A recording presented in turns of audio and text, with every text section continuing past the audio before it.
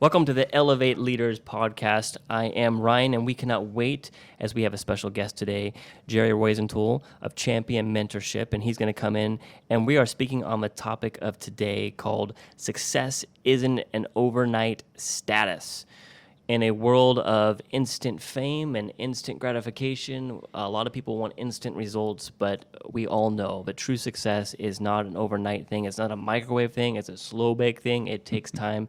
It builds character. And I'm excited to bring Jerry on because Jerry has an incredible story, first of all, that it leads down to years and years of building his company, and really going from a business that he built into a passion that he's had all along that kind of just fell into his lap all of a sudden. And you'd think from that and something like that just falling in your lap, it would be great and successful right away. But again, it's not an overnight thing, and success was built year after year on that. He's an incredible, successful international speaker and coach. I will let him share more and more about what he does, but I am so thankful and grateful that he's come on to share with us his wisdom, his insights, and his knowledge on what it takes to be successful in leading yourself and leading your company. So welcome, Jerry. Glad to have you on. Ryan, it's an honor and privilege to be here. Thank you for inviting me. I am so happy that you said yes. Kind of surprised, but kind of not at the same time. We are really good friends, and we've been friends for about 5 or 6 years now. Yes. And we've joined some ventures together. You've helped alongside with me here at Elevate on some different things. And but first of all, let's get into, I want to know what Champion Mentorship is all about. Can you guys give us just can you give us a brief explanation of exactly what that is and how you started that? How I started Champion Mentorship. Champion Mentorship is an online training platform for network marketing and business professionals. And one of the things that I've learned in my journey is that success is won or lost in our mind. I don't care what business you're in, what industry you're in. You can have all the greatest tools possible, but if your mindset is messed up, so will be your business. And I didn't see a real platform out there that gave people a way to work on their mindset daily, intentionally, to be able to become stronger in their thinking so they can be stronger in their results. So from that, we developed the platform of championmentorship.com, which is a platform that allows people to be able to have 6 to 8 minute daily training videos from me on working on their mindset, their leadership, and the things that really will affect their business. That's amazing. And it is growing and growing success. Yes. You just started that platform, I think, just a few years ago. Is that right? Right, 2 years ago. Yeah. So it's still, I guess if you look in the long run, it's still in its infancy and baby stage on taking off there. But from what you've told me and how it's been developing, it's been crazy good for you. It's been a blessing. And yeah, we're only 2 years old, so we're still in that growth stage of people getting to hear about us, know about us, word of mouth. But it's really starting to pick up some traction and really making a difference in people's lives. Very cool. So you started that a couple years ago, and you got into coaching and speaking a few years before that, which we'll get into. But let's take it back a little bit further. The first company that you started, tell us that story, how you came about doing that, and what it did to mold you and make you into the person that you are today. Wow, we're going back, buddy. We're really going back. So I'll go back a little further than that just to give a great example. I was licensed in real estate when I was 16 years old. Never got involved in the sales side of the business. I was in the loan side of the business. Got my real estate broker's license when I was 18 years old and got a letter from the state of California back then that said, congratulations for being one of the youngest people in the state of California to ever receive a broker's license. And so I moved down to the desert where I live now, and I was working with a company doing hard money loans. And the funny thing is I was getting broker and broker by the day. And so I was always looking for opportunities to make some extra income.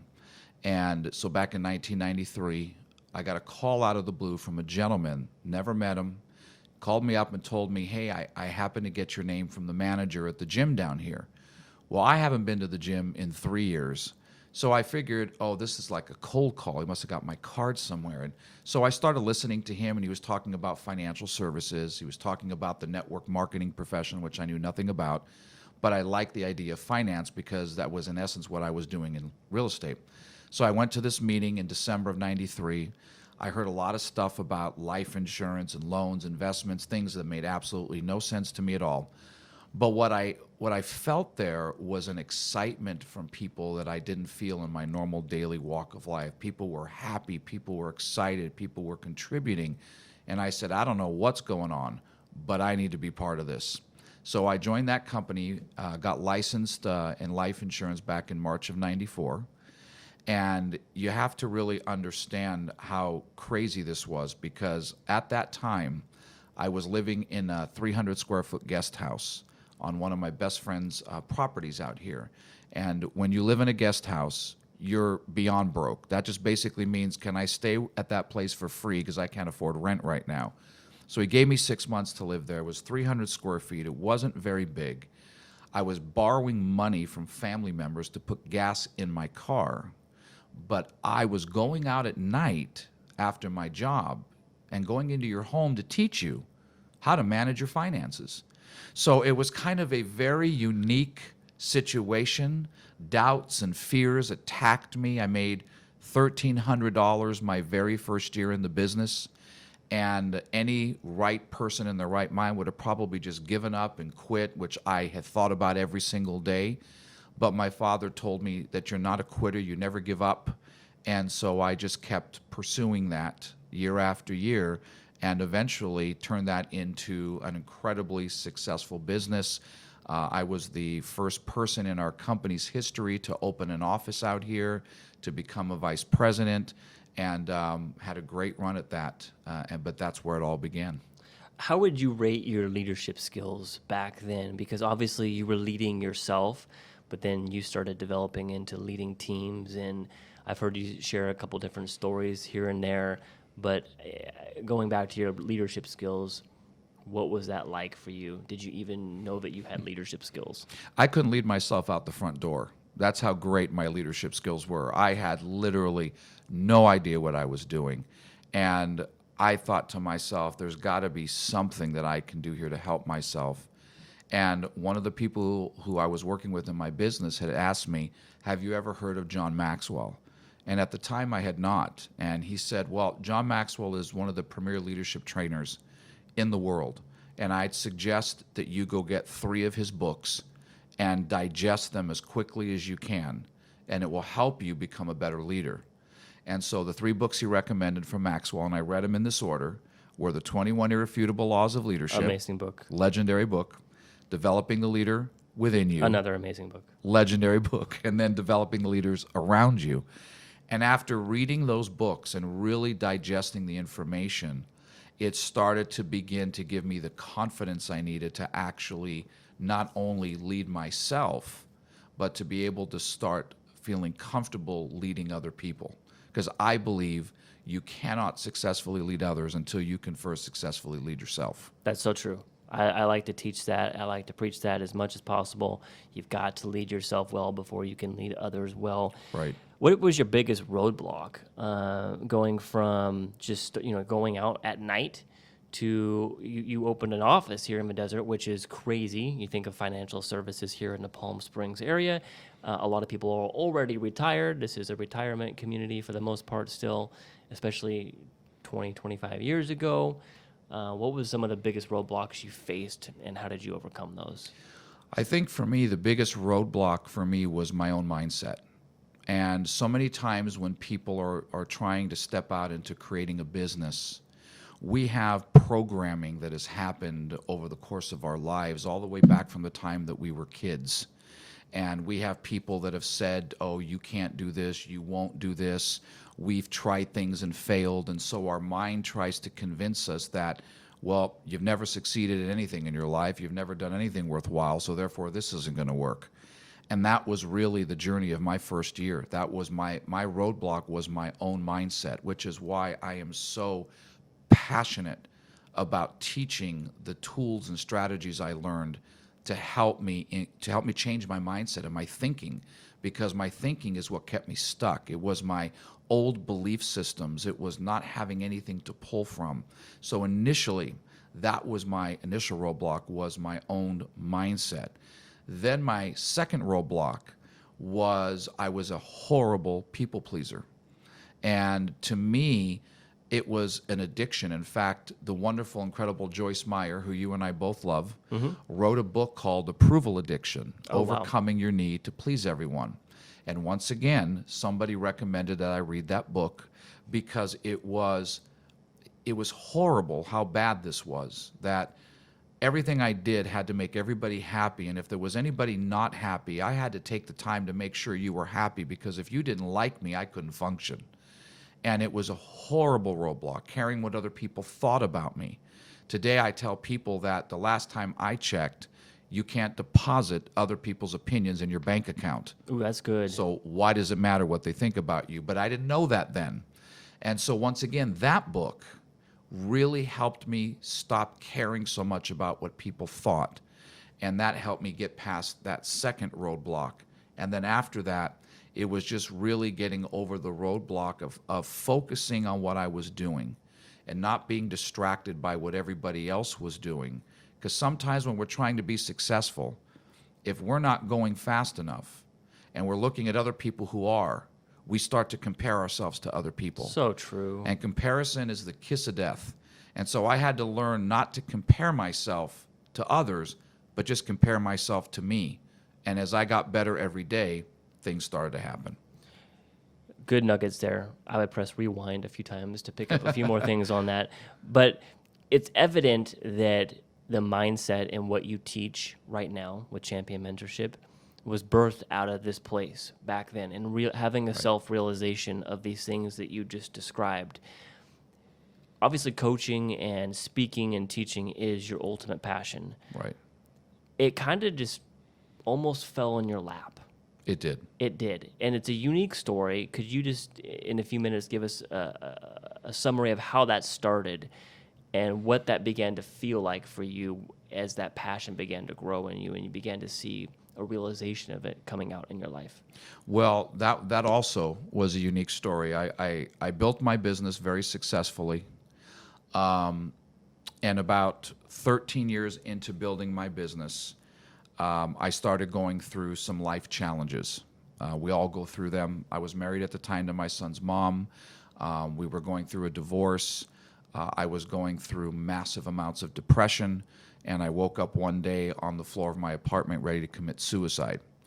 And I know for me, because my faith is what makes me who I am, I know that God saved me that day because he had a greater purpose than what I saw.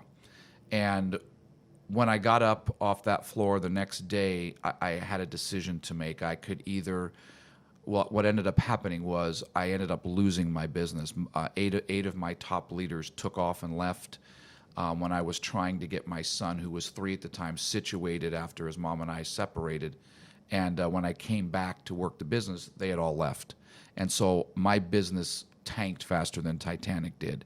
And I lost my business, my income, which is what led me to be in that place, almost taking my own life. So when I got up off the floor, my thought process was, I can either go back and build the business again, which was which I could have done, but my passion for that wasn't there anymore because my son's mom and I worked together 24/7. It's something we did together. And I had this passion about coaching people. Didn't know what it looked like, but being in network marketing limited me to what I was doing. And I wanted to be able to allow the whole world to be my opportunity, not just my company. So I patiently waited for 5 years and lived off my residual income until God decided it was time. I've refined you. I've worked on you. I've fixed what needed to be fixed. And one day I was at church, and a very dear friend of mine, who I knew very well, came up to me out of the blue and just said to me, "Have you ever thought of doing coaching before?" And I said, "No, I haven't." She says, "Well, you need to. God's given you a gift." And I said, "Thank you." She invited me to come speak at a meeting she was doing out here in 2 weeks, talk about whatever I wanted to talk about, but the only caveat was I had to offer people something to coach with me. And I kept telling her, well, I don't coach. And she says, I know, but you need to. And so I went to this meeting. I did a 45-minute talk on mindset. I offered a 45-minute coaching session for $20. There were 30 people in the room. 15 people signed up for this. I was petrified because I'm thinking, what am I going to talk about with these people? What do I know? And sometimes we get into a place when we're in new ventures and we're trying to think, well, I don't know. But the reality is you do know, because the 18 years prior, God was preparing me for what he had prepared for me, as our wonderful pastor says at church. And I didn't realize that the tools I needed for this coaching business were already inside of me from what I did in my old business. I just wasn't aware of it at the time. And so we started off with those 15 people and have never looked back. Isn't it crazy how it's inside of us? Yes. And it takes something like, go do this meeting. Oh, by the way, prepare these coaching. Like, I don't have anything. Yeah. But inside of you, it was there the whole time. It just took a very uncomfortable and huge opportunity to draw that out of you. I want to share 2 quick points on that. The reason I did it is because I have a plaque on the wall of my office, and it's a quote from Dr. Martin Luther King, one of my favorite quotes. And it says, faith is taking the first step, even when you don't see the whole staircase. And I had to take that step of faith. I didn't know what was going on, but I just said, you know what? I'm just going to step out, and we're just going to see how this works. Had I not done that, I wouldn't be where I am today. And the second thing is, sometimes there are people that are going to come into your life that are going to believe in your gifts long before you believe in them. And my dear friend Barbara was that person who saw not where I was, but who I was. And she saw beyond the heartbreak and the frustration I was dealing with. She saw the gifts inside me and brought those gifts out by giving me an opportunity to see for myself what was in me. And so sometimes in business, we have to realize that the people around you, the reason that they might be hard on you, the reason that they might be pushing you is simply because they believe in you. They see something you don't. Absolutely. My son's in basketball. I tell him the same thing. His coaches are on him all the time. And I say, son, your coaches aren't going to be on people that they don't believe have the talent to be great. So good. Yeah. So that was a huge turning point for me. So in this process, obviously, you did not feel qualified. No. You're thinking, how am I going to take something like this, where I've never done something like this in this capacity, and drive it into a business venture? How did you begin to go from, I'm not really qualified in this process, to leading yourself so that you could, in fact, lead others in that way? Well, it goes back to realizing that so much of what I needed was already in me. I just had to get beyond the fear to be able to see it. I had to be able to get beyond the doubt to be able to see it. And as I started to work with people and I started to go back into my repertoire of trainings I did in my network marketing business, I started to find things that helped people back then. And I just started to simply apply them to what I was doing now, and it started to get results. And then what happened was people told people, and people told people. And before I knew it, I never once had to go look for another coaching client again after that initial day. And anybody that knows anything about business, you're in business. It's all about advertising and getting your name out there. I was blessed to be able to do one meeting, find 15 people, and have never once had to advertise or prospect for coaching clients ever again in the last 8 years. That's incredible. Which is incredible. And that's, to me, is just a total God thing. It's a total blessing. And all of that just comes from word of mouth, people saying, hey, this stuff's helping me. And so that's how I learned to put it together. It was like putting a puzzle together. Each week was another piece. Okay, let's see how this works. Okay, that doesn't work. Okay, well, we'll take that out. We'll add another piece. That's a good point there, because I was going to ask you next, what did it look like for you back then, and leading into what success looks like for you now? But, it's easy to go, this piece doesn't fit here, oh, this isn't working, this must not be my calling. people give up so easily after the piece does not fit. Right. What does success look like for you? Success looks to me, it's always about trying to find what piece fits. You know, when you're building a business, it's like a puzzle, like I said. There's going to be a piece sometimes, okay, that didn't work well. Okay, well, wonderful. You learned what didn't work. Now let's try to find what does work. So let's try something else. Thomas Edison found 10,000 ways the light bulb didn't work. Come on. But if he gave up trying to find the piece that would make it work, we would be sitting in the dark under a candle right now. So I always believe success is not about the problems that you see in front of you. It's about what are the solutions that I can find. And I'm just a solution-oriented person where if something doesn't work, my mind immediately goes to, okay, what will? How do I fill that gap in with something else? And when you ask your mind the right questions, it seeks out the answers for you. You know, if you're beating yourself up and saying, well, that didn't work and that was a failure, that's not going to serve you. But if you say, what can I do to make this better? What can I do to fill in this piece? Then your mind starts searching, and before you know it, answers will come to you, and you'll go, oh, that's a great idea, which is what's happened to me many times in my business.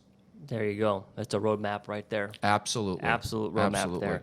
So you went from coaching one-on-one, over the phone, all this type of stuff, and then you saw an opportunity with championmentorship.com to take this to an online platform. So take us through that journey in a couple minutes here on how that looked for you, some setbacks that you had, because starting something like that, you're going into a whole different realm. Well, I'll tell you the quick story. The company was originally named Coaching for Champions. That's what I started on my own. And it was coaching, and it was me traveling and doing live events around the country. And when I met my wife, and my current wife, and we got married, her whole idea was we've got to find a way to be able to replicate you, because there's only one of you.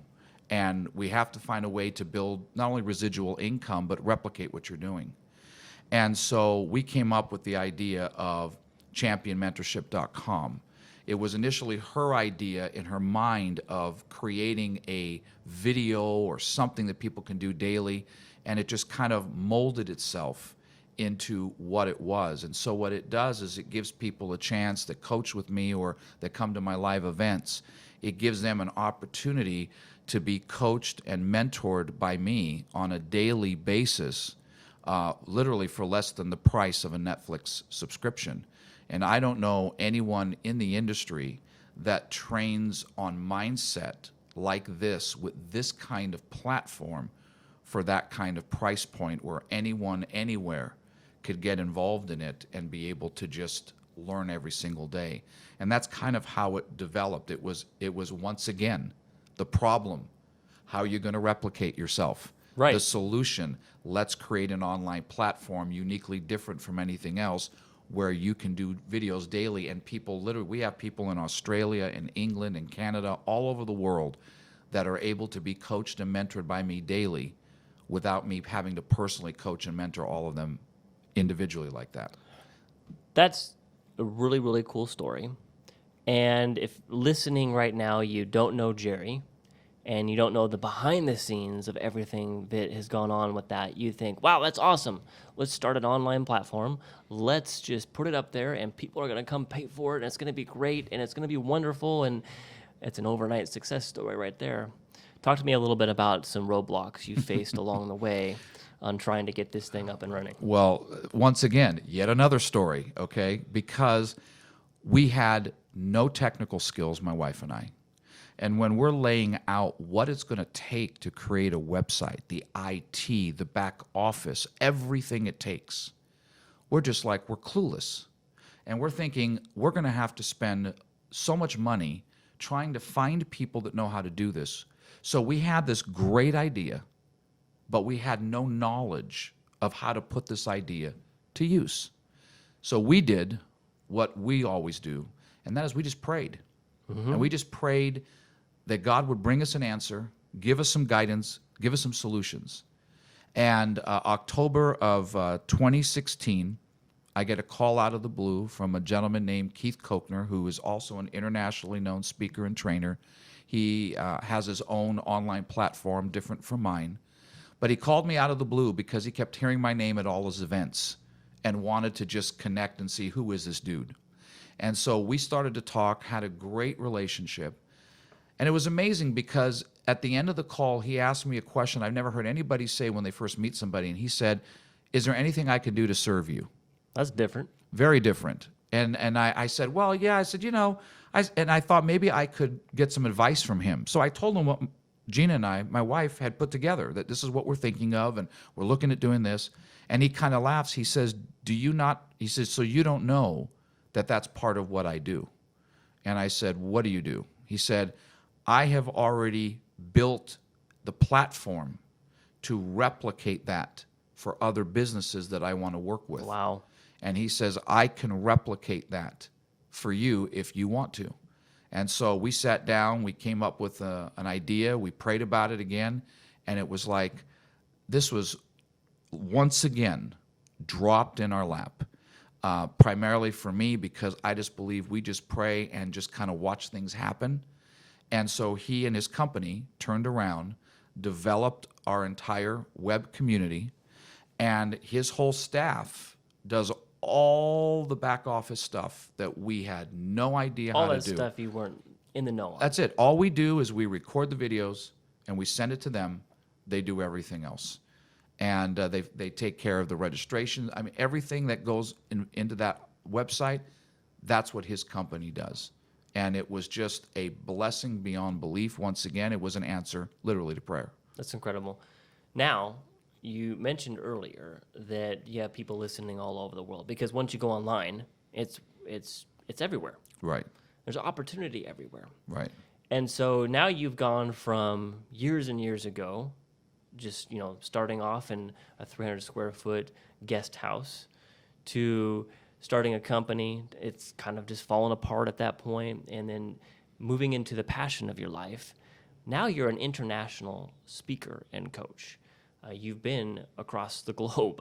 Tell us about some experiences that you've had with that and the blessings that have come along with that. Well, those are blessings that I would have never imagined when I started the business. It's always the dream. Oh, this would be nice, but you don't know how that's ever going to happen. I mean, yeah, sitting in the guest house, 25 You years don't. ago, could you imagine? I'm going to be over in this country speaking and doing this, and over here doing this. I didn't even have the money to go from one city to the next, yet alone to think about going across the country. But that once again has taken on a life of its own. I had the opportunity 2 years ago to be invited down to Australia to be the keynote speaker for a leadership summit, and it was 1,200 leaders, and that was a dream of mine to be able to go down there and do that. And I had the opportunity to do that and share some of my mindset and leadership strategies that have helped me in my life. Was an amazing blessing. Still working with people from there. This last year, I added another bucket list item where I actually got to go to New Zealand and actually bring one of my live events down to New Zealand, which was unbelievable. We're working on going back. I'm working with some friends now on trying to get to the UK. Been to multiple places in Canada. And so it's just things that I would have never, ever, ever dreamed would happen like that. But it's all just happened from people telling people, word of mouth. I believe that anytime you're in business and you do something that helps people, people want to go ahead and refer you, to other people. Just like, you and I, that's how we work together. You helped us buy our first home. And so we go ahead and say, hey, we've got somebody. Anytime we hear selling homes, you're the man, because that's how you grow a business. You grow a business from word of mouth referrals. Mine has been no different. And I've just been blessed to be able to do that and travel literally all over the world sharing my passion with people. Yeah. Give me 2 to 3 leadership principles that you've taken hold of over the past few years that have taken you from the coaching business that you started to where you are right now in leading, not necessarily others in what you do for them in coaching and everything, but more along the lines of leading yourself. Well, I think number one is, and I've said this earlier, you can't lead other people unless you can lead yourself. And too many times we think we're leaders, but what we are is managers. We're basically telling people and what it is they need to do, but what are we doing? And I coach people a lot of time where they're asking me, well, how do I get my team to go do this? Well, you do it first. You lead by example. You show people what it is you want to do. Like, for instance, you know, when I was building my network marketing company, we had to get on appointments and do all sorts of things. Well, they saw Jerry doing it first. I wasn't sitting back in my office eating bonbons, waiting for everybody else to go get it done. I was on appointments. I was bringing people, and as they saw me lead, they followed. So I believe that's number one, is you have to be able to lead yourself before you can lead other people. The second thing is you have to learn how to manage the frustrations and the discouragements and the disappointments that we all face in business. That is so good, yeah. And one thing I always teach people in coaching, there is a difference between feeling frustrated, feeling discouraged, and becoming frustrated and becoming discouraged. Nobody in business can ever walk around and say, well, I'm never going to be frustrated, because that's ridiculous. There's always going to be times we're going to feel it. But when you become it, it's when you marinate on that thought and you allow it to take root inside of you. And now it becomes all you think. So now I'm frustrated. Well, when you come from that place, nothing good can ever come from that mindset. So I've had to learn as a leader how to manage the frustrations and discouragements instead of them managing me. And that's part of the mindset training that I do, is teaching people ways to actually do that. Not to be this person that says, oh, you're never going to feel that. No, but how do you manage that? Because what happens to you is not what creates your problems, it's how you choose to respond to it. And that's been a huge leadership and mindset principle for me that's helped me. And then I think the third leadership principle for me has been, you have to constantly be working on yourself. Great leaders are never satisfied with where they're at. And I spend too much time coaching too many people that think they've arrived, that think they know it all. Well, I don't need to listen to any more of this. I don't need to go to any more events. That's absolutely ridiculous. The greatest leaders in the world are the ones who are growing themselves. In fact, I read this article in Fortune magazine last year that was very interesting, and it said it was interviewing the top CEOs of Fortune 500 companies in the country. I mean, these are guys that make millions and millions and millions of dollars. And the average CEO that they interviewed running a Fortune 500 company reads an average of 60 books per year. I believe it. 60. So as a leader, you're only as good as the value you can provide others. Good. And the only way you can provide value to others is you have to fill yourself up with value. Come on. So to me, that has been one of the greatest keys to my leadership, is I'm always growing, developing myself, so that as I grow my value, that value pours out into other people's lives. That's fantastic. I was taking mental notes right there for sure. And I really appreciate you coming on and sharing all of this stuff. One last thing, if you were to give somebody advice out there who's just kind of in the position that you've been in a couple different times, starting a company, the roadblocks and the struggles that go along with it, what's something that you would tell somebody if they were sitting here right in front of you? I would tell them that we're all going to go through roadblocks, struggles, every time we're going to try something. But when you're doing something that you have a passion for, it makes getting through those things easier.